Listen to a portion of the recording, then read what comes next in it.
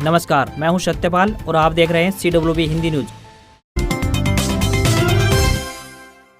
हरियाणा में बिजली कटौती का रोस्टर जारी। शहरों में 6.5 घंटे तो गांव में 4 घंटे बत्ती रहेगी कुल। बिजली वितरण निगमों की ओर से UHBVN और दक्षिण हरियाणा बिजली वितरण निगम यानी DHBVN उपभोक्ताओं को आने वाले दिनों में होने वाली अनुमानित बिजली कटौती का रोस्टर जारी कर दिया है। निगमों की ओर से उपभोक्ताओं से सहयोग मांगा है कि वे अनुमानित रोस्टर को देख लें, जिससे उन्हें बिजली कटौती को लेकर दिक्कतें न हो। रोस्टर के मुताबिक दोनों ही निगमों में औद्योगिक क्षेत्रों में 8 घंटे बिजली की कटौती होगी, शहरी क्षेत्रों में 6.5 घंटे तक और ग्रामीण क्षेत्रों में 4 घंटे की बिजली कटौती होगी। हरियाणा विद्यालय शिक्षा बोर्ड की 10वीं व 12वीं की परीक्षाएं खत्म हो चुकी हैं। अब उत्तर पुस्तिकाओं का मूल्यांकन CCTV कैमरों की देखरेख में किया जाएगा। प्रत्येक मूल्यांकन केंद्र पर CCTV कैमरे लगाए गए हैं। शुक्रवार से शुरू हुए मूल्यांकन कार्य को बोर्ड के अधिकारी मुख्यालय पर लाइव देख रहे हैं। किस केंद्र पर किस तरह की मार्किंग की जा रही है, पूरे अध्यापक उपस्थित हैं या नहीं, ये सब जानकारी CCTV के माध्यम से प्राप्त हो रही है। हरियाणा बोर्ड के प्रवक्ता ने बताया कि अंकन केंद्रों की निगरानी यानी निरीक्षण हेतु जिला स्तर पर विशेष उड़न दस्तों का गठन किया गया है। मूल्यांकन में बच्चों के भविष्य के साथ कतई खिलवाड़ नहीं होगा। बोर्ड के प्रवक्ता ने बताया कि इस बार बोर्ड ने प्रदेश भर में 10वीं परीक्षा के 70 व 12वीं परीक्षा के 39 मूल्यांकन केंद्र बनाए गए हैं। 28 अप्रैल से 20 मई तक 18 कार्य दिवसों में इस मूल्यांकन कार्य का समापन किया जाएगा। 10वीं कक्षा के लिए 8083 अध्यापक व 12वीं कक्षा के लिए 5096 प्राध्यापक मूल्यांकन कार्य के लिए नियुक्त किए गए हैं। सेकेंडरी व सीनियर सेकेंडरी यानी शैक्षिक व मुक्त विद्यालय मार्च 2022 की परीक्षा का परिणाम की बात करें तो जून महीने के दूसरे सप्ताह में घोषित कर दिया जाएगा।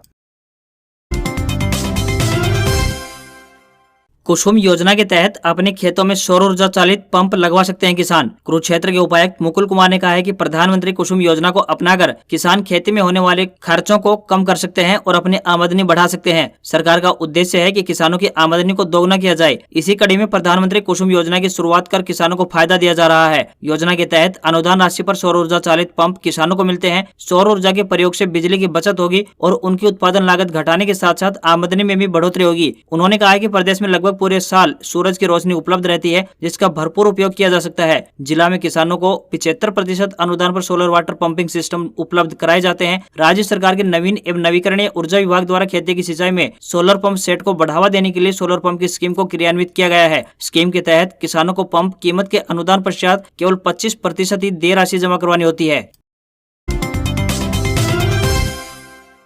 राजकीय स्कूलों के होनहार विद्यार्थियों को 5 मई को मिलेंगे टैबलेट। अब राजकीय स्कूलों में पढ़ने के लिए होनहार बेटे व बेटियों को राज्य सरकार की तरफ से टैबलेट दिया जाएगा। इस टैबलेट में विशेष सॉफ्टवेयर होने के साथ साथ नेट की सुविधा भी उपलब्ध होगी। इन टैबलेट को विद्यार्थियों को सुपुर्द करने के लिए तैयार किया जा रहा है। इस टैबलेट को मुख्यमंत्री मनोहर लाल खट्टर 5 मई को ऑनलाइन प्रणाली के माध्यम से वितरण करने की प्रक्रिया को आरम्भ करेंगे। अहम पहलू यह है कि प्रदेश भर में 5 लाख विद्यार्थियों को टैबलेट दिया जाएगा। यह टैबलेट 9वीं से 12वीं कक्षा के विद्यार्थियों को दिया जाना है। फिलहाल यह टैबलेट 10वीं व 12वीं कक्षा के विद्यार्थियों को 5 मई को दिया जा रहा है।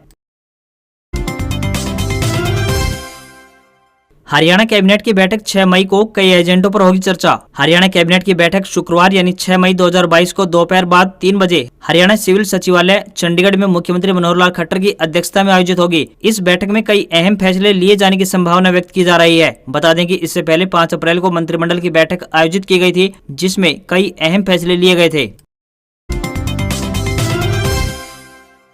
RTE के तहत दाखिलों का ड्रा स्थगित। अब 30 तक पोर्टल पर स्कूलों को बतानी होगी सीटें, सरकार भरेगी एडमिशन फीस। RTE के तहत अब 29 अप्रैल को होने वाला ड्रा स्थगित कर दिया है। विभाग ने 30 अप्रैल तक स्कूलों से सीटों का ब्यौरा मांगा है, जो स्कूलों को तय करके पोर्टल पर अपलोड करना होगा। नियम 134A की जगह आर्थिक रूप से कमजोर वर्ग के बच्चों को निजी स्कूलों में दाखिला देने के लिए नई व्यवस्था यानी RTE की गई है। इसके तहत स्कूलों को ही बताना होगा कि वे कितनी सीटों पर विद्यार्थियों को दाखिला देंगे। विद्यार्थियों को मिलने वाली निःशुल्क शिक्षा की फीस का भुगतान सरकार करेगी। ऐसे में स्कूल जितनी चाहे उतनी सीटों पर विद्यार्थियों को दाखिला दे सकते हैं। निदेशालय ने कक्षा अनुसार सीटों का विवरण स्कूलों से मांगा है। इसके लिए पोर्टल भी खोल दिया गया है। वहीं नई व्यवस्था के तहत वर्ष 2022-23 में निजी स्कूलों में कक्षा दूसरी से लेकर 12वीं तक दाखिले दिए जाएंगे। केवल उन्हीं विद्यार्थियों का चयन होगा जिनके अभिभावकों की वार्षिक सत्यापित आय परिवार पहचान पत्र के अनुसार 1,80,000 रुपए या फिर उससे कम है। स्कूल 30 अप्रैल मध्यरात्रि 12 बजे तक विभागीय वेबसाइट harprathmik.gov.in यानी harprathmik.gov.in पर दिए गए सेक्शन लेटेस्ट न्यूज के अंतर्गत सीट डिक्लेरेशन पोर्टल पर रजिस्ट्रेशन पर सहमति प्रदान कर सकते हैं। कुलदीप बिश्नोई का दर्द छलका, ट्वीट लिखा, थोड़ा डूबूंगा मगर मैं फिर तैराऊंगा, ए जिंदगी तू देख मैं फिर जीत जाऊंगा। हरियाणा कांग्रेस प्रदेशाध्यक्ष का पद न मिलने का दर्द, आदमपुर से कांग्रेस विधायक कुलदीप बिश्नोई की जुबान पर आखिरकार आ ही गया। कुलदीप बिश्नोई ने शुक्रवार को एक ट्वीट लिखा कि थोड़ा डूबूंगा मगर मैं फिर तैराऊंगा, ए जिंदगी तू देख मैं फिर जीत जाऊंगा। अध्यक्ष न बन पाने के कारण उनका यमुनानगर में होने वाला जन जागरण अभियान भी स्थगित हो गया है। कुलदीप के समर्थक निराश होकर उनके नए संदेश का इंतजार कर रहे हैं। हरियाणा कांग्रेस प्रदेशाध्यक्ष का पद कुलदीप बिश्नोई को न मिलने पर उनके समर्थकों में रोष था, लेकिन बुधवार को कुलदीप ने ट्वीट करके संयम बरतने के लिए कहा है। कुलदीप ने ट्वीट किया कि साथियों, आप सबके संदेश सोशल मीडिया पर पढ़ रहा हूं, आपका अपार प्यार देखकर अत्यंत भावुक हूं, लेकिन मेरी सबसे प्रार्थना है कि जब तक मैं राहुल जी से जवाब न मांग लूं, हमें कोई कदम नहीं उठाना है। अगर मेरे प्रति आपके मन में स्नेह है तो संयम रखें। बता दें कि कुलदीप बिश्नोई भी कांग्रेस प्रदेशाध्यक्ष के पद पर अपनी दावेदारी जता रहे थे, परंतु हुड्डा खेमा पहले दीपेंद्र हुड्डा को प्रदेशाध्यक्ष की कमान दिलाना चाहता था, परंतु बात न बनती देखकर उसने दलित कांग्रेसी नेता उदयभान का नाम सुझा दिया, जिस पर हाईकमान ने मुहर भी लगा दी। इसके साथ ही कुलदीप बिश्नोई की बजाय उदयभान को कांग्रेस प्रदेशाध्यक्ष बनाया गया, जबकि बिश्नोई प्रदेशाध्यक्ष बनने को लेकर आश्वस्त थे।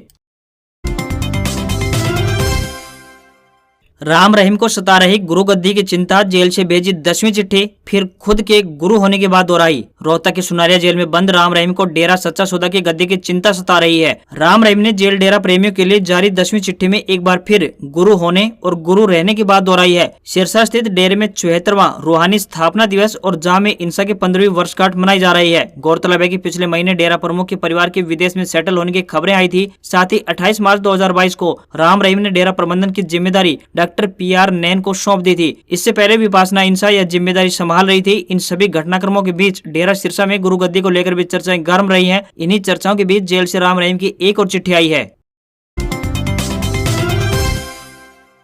मौसम की मार, तपती गर्मी में परिंदों और लावारिस पशुओं का हाल बेहाल। गर्मी लगातार बढ़ती जा रही है। गर्मी के कारण इंसानों की दिनचर्या तो प्रभावित है ही, परिंदों और लावारिस जीवों का भी हाल बेहाल है। जल स्रोतों, हरियाली की कमी के कारण परिंदों व अन्य जीवों के सामने मुश्किल घड़ी आ गई है। ऐसे में जीव प्रेमियों ने लोगों से इस संबंध में सकारात्मक कदम उठाने की मांग की है। प्रकृति के संतुलन के लिए सभी जीव जरूरी है। गर्मी पहले भी होती थी, लेकिन तब पशु पक्षी हरियाली व प्राकृतिक जल स्रोतों के जरिए खुद का बचाव कर लेते थे। अब इंसानों की बढ़ती तादाद की वजह से प्राकृतिक जल स्रोत, जंगल आदि खत्म होते जा रहे हैं। निश्चित ही पक्षियों की संख्या में लगातार गिरावट आ रही है। गर्मी के मौसम में पक्षी भूख प्यास से दम तोड़ देते हैं। दूसरे जीवों का ख्याल रखना हमारा दायित्व है। हमें इस विषय पर जमीनी स्तर पर काम करने की जरूरत है। हमें अपने आसपास पार्क, पेड़ पौधों, छतों या दीवारों पर परिंदों के लिए पानी की व्यवस्था करनी चाहिए। इंसान तो गर्मी से बचने के लिए एसी, कूलर या फिर घर ऑफिस के अंदर रह लेगा, लेकिन पक्षियों व पशुओं को तो बाहर ही रहना होगा। इनके तो प्राकृतिक ठिकाने ही कम हो गए हैं। भूख प्यास से ये बीमार होते हैं और मर जाते हैं। हम इनके लिए पानी, दाने और रोटी आदि की व्यवस्था तो कर ही सकते हैं। यदि हर दूसरे तीसरे घर की छत पर भी पानी का बर्तन रखा हो तो पक्षियों की प्यास बुझ जाए। इसी तरह लोग बंदर, कुत्ते व गाय आदि के लिए रोटी निकालें तो उनकी भूख शांत हो। CWB हिंदी न्यूज परिवार आप सभी से अपील करता है कि जहां जहां हमारी आवाज जा रही है, आज से ही ये काम आप जरूर करें। हरियाणा के 2,62,000 पेंशनर्स के लिए खुशखबरी, महंगाई भत्ते में 3% की हुई बढ़ोतरी। हरियाणा के सरकारी कर्मचारियों के लिए एक अच्छी खबर है। शाहरुख कर्मचारी संघ हरियाणा की मांग के बाद गुरुवार को वित्त विभाग ने पेंशन भोगियों और पारिवारिक पेंशन भोगियों के महंगाई भत्ते में 3% वृद्धि के आदेश जारी कर दिए हैं। हरियाणा सरकार ने 2,62,000 पेंशनर्स को बड़ा तोहफा दिया है। बता दें कि कई समय से शाहरुख कर्मचारी संघ लगातार मांग कर रहा था कि महंगाई भत्ते में बढ़ोतरी की जाए, ताकि पेंशनर्स को किसी भी तरह की आर्थिक समस्या का सामना न करना पड़े। इसलिए सरकार ने अब एक बड़ा ऐलान किया है। जारी आदेश में पेंशनर्स को 34% महंगाई भत्ते के साथ अप्रैल महीने की पेंशन का भुगतान करने के स्पष्ट निर्देश जारी किए हैं। साथ ही जनवरी से लेकर मार्च 2022 तक 3 महीने का बकाया भी अगले महीने यानी मई के पेंशन में दिया जाएगा। हरियाणा में मौसम विभाग ने 2 मई तक जारी किया पूर्वानुमान। इस दिन है लू चलने के आसार। इस बार की गर्मी से हर किसी की हालत खस्ता हो चुकी है। इसका सबसे बड़ा कारण यह है कि तापमान में लगातार बढ़ोतरी होती जा रही है और यह बढ़ोतरी रुकने का नाम नहीं ले रही है, जिस वजह से गर्मी ने लोगों को घरों में रहने के लिए मजबूर कर दिया है। हालांकि कुछ समय पहले पश्चिमी विक्षोभ के असर की वजह से तापमान में गिरावट तो जरूर दर्ज हुई थी, मगर फिर से अब मौसम पहले की तरह या यूं कह लें कि इससे भी ज्यादा अधिक गर्म हो चुका है। चौधरी चरण सिंह हरियाणा कृषि विश्वविद्यालय हिसार के मौसम विज्ञान विभाग ने 2 मई तक हरियाणा के मौसम को लेकर पूर्वानुमान बताया है। इस बार एक एंटी साइक्लोनिक सर्कुलेशन राजस्थान के ऊपर बन रहा है, जिससे गर्म व खुश्क हवाएं आने से हरियाणा राज्य में मौसम के 2 मई तक खुश्क बने रहने की संभावना व्यक्त की जा रही है। वहीं पश्चिमी विक्षोभ का भी दूर दूर तक कोई प्रभाव दिखाई नहीं दे रहा है। इस दौरान 30 अप्रैल व 1 मई को पश्चिमी व दक्षिणी हरियाणा में लू चलने व कुछ एक स्थानों पर धूल भरी हवाएं चलने की भी संभावना है। हरियाणा राज्य में 2 मई के बाद ही मौसम में बदलाव आने की संभावना बन रही है। इससे पहले किसी भी तरह से राहत मिलने की उम्मीद दिखाई नहीं दे रही है। केंद्र सरकार बढ़ाने जा रही है खाद पर सब्सिडी, 14 करोड़ किसानों को होगा सीधा फायदा। केंद्र सरकार खाद पर सब्सिडी बढ़ाने जा रही है। योजना के अनुसार प्रदेश के 14 करोड़ किसानों को फायदा होना तय है। रूस यूक्रेन युद्ध के कारण भारत में खाद्य और उर्वरकों के दाम बढ़ाए गए हैं। किसानों पर आर्थिक बोझ नहीं पड़े और खरीफ सीजन में परेशानी नहीं आए, इसके लिए केंद्र सरकार ने खाद व सब्सिडी बढ़ाने का फैसला किया है। जैसा कि खरीफ सीजन शुरू होने वाला है और किसान खेत में फसलों को बुआई करेंगे, इसके लिए खाद एवं उर्वरक की आवश्यकता होगी। यदि सरकार खाद और उर्वरक पर सब्सिडी नहीं बढ़ाती है तो किसानों को मजबूरन महंगा खाद और उर्वरक खरीदना पड़ सकता है। इससे किसान की फसल लागत बढ़ जाएगी, जबकि सरकार चाहती है कि किसानों पर अतिरिक्त आर्थिक भार नहीं पड़े। इसके लिए सरकार की ओर से खाद और उर्वरकों पर सब्सिडी बढ़ाने का निर्णय लिया गया है। बता दें कि भारत में यूरिया की एक बोरी की कीमत 266 रुपए है, जो कि 50 kg का आता है। वहीं डीएपी की बात करें तो 1350 रुपए है। नीम कोटेड यूरिया की कीमत 267 रुपए है, जो कि 45 किलो का बैग आता है। साबुन और डिटर्जेंट के दाम हुए दोगुना, जेब पर पड़ेगा सीधा असर। पिछले 3 महीने में साबुन और डिटर्जेंट की कीमतों में बड़ी बढ़ोतरी हो चुकी है। कंपनियों ने हर 10 से 15 दिन के अंतराल में साबुन और सर्फ की कीमतों में 10 से 20% की बढ़ोतरी करते हुए इसे 1.5 से 2 गुना दाम तक पहुंचा दिया है। महंगाई किस रास्ते घरेलू बजट में सेंधमारी कर रही है, यह सीधे तौर पर पता नहीं चल पा रहा है। आए दिन किसी न किसी वस्तु की कीमत 2 से 4 रुपए तक बढ़ रही है। जाहिर है आम लोगों की परेशानी लगातार बढ़ रही है। पिछले 3 महीने की बात करें तो साबुन और डिटर्जेंट की कीमतों में लगातार बढ़ोतरी हो रही है, जबकि आने वाले दिनों में भी राहत मिलती हुई दिखाई नहीं दे रही है। Hindustan Unilever, FMCG company, HUL समेत तमाम कंपनियों में सर्फ और साबुनों की कीमतों में प्राय बढ़ोतरी होती जा रही है। प्राय हर घर में इस्तेमाल होने वाले उत्पाद डिटॉल, व्हील, रिन, सर्फ एक्सेल और लाइफ बॉय रेंज समेत सर्फ और डिटर्जेंट की कीमतों में भारी बढ़ोतरी हो चुकी है। बाजार की बात करें तो नई कंपनियों ने दाम वही रखे हैं, लेकिन वजन कम करते हुए महंगाई बढ़ा दी है। 50 ग्राम तक की कटौती डिटर्जेंट पाउडर पर की है, तो वहीं साबुन का वजन भी कम कर दिया गया है। 200 ग्राम का उत्पाद उसी दाम में 150 ग्राम का हो गया है। वहीं कीमत 10 रुपए रखी गई है।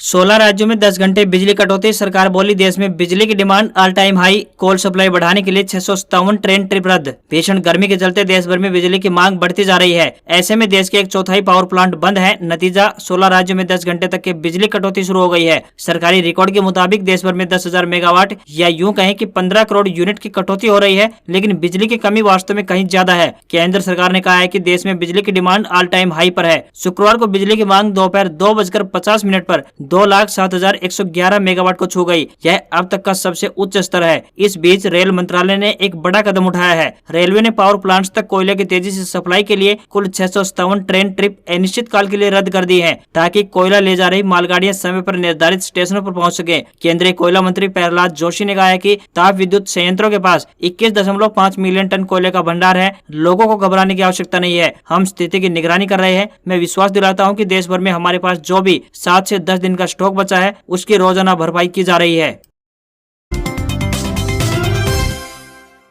सरकारी नौकरी अपडेट। विभिन्न केंद्रीय मंत्रालयों और विभागों में 7,300 पदों पर निकली भर्ती। उम्मीदवार 30 अप्रैल 2022 तक कर सकते हैं आवेदन। विभिन्न केंद्रीय मंत्रालयों एवं विभागों में मल्टीटास्किंग स्टाफ या यूं कहे कि MTS के पदों और central board of indirect taxes and customs यानी CBIC व सेंट्रल ब्यूरो ऑफ नारकोटिक्स यानी CBN में हवलदार के 7,301 पदों पर भर्ती के लिए आवेदन की प्रक्रिया चल रही है। इन पदों पर भर्ती कर्मचारी चयन आयोग यानी SSA के मल्टीटास्किंग स्टाफ यानी MTS और हवलदार परीक्षा 2021 के माध्यम से होगी। उम्मीदवारों को किसी भी मान्यता प्राप्त बोर्ड से 10वीं की परीक्षा पास होना चाहिए। उम्मीदवारों की उम्र 1 जनवरी 2022 को 18 वर्ष से कम और 25 वर्ष, कुछ पदों के लिए 27 वर्ष से अधिक नहीं होनी चाहिए। उम्मीदवार SSA की वेबसाइट यानी ssa.nic.in पर जाकर अपनी एप्लीकेशन सबमिट कर सकते हैं। लास्ट डेट की बात करें तो 30 अप्रैल 2022 तय की गई है। आज खबरों में बस इतना ही। देखते रहिए CWB हिंदी न्यूज। नमस्कार।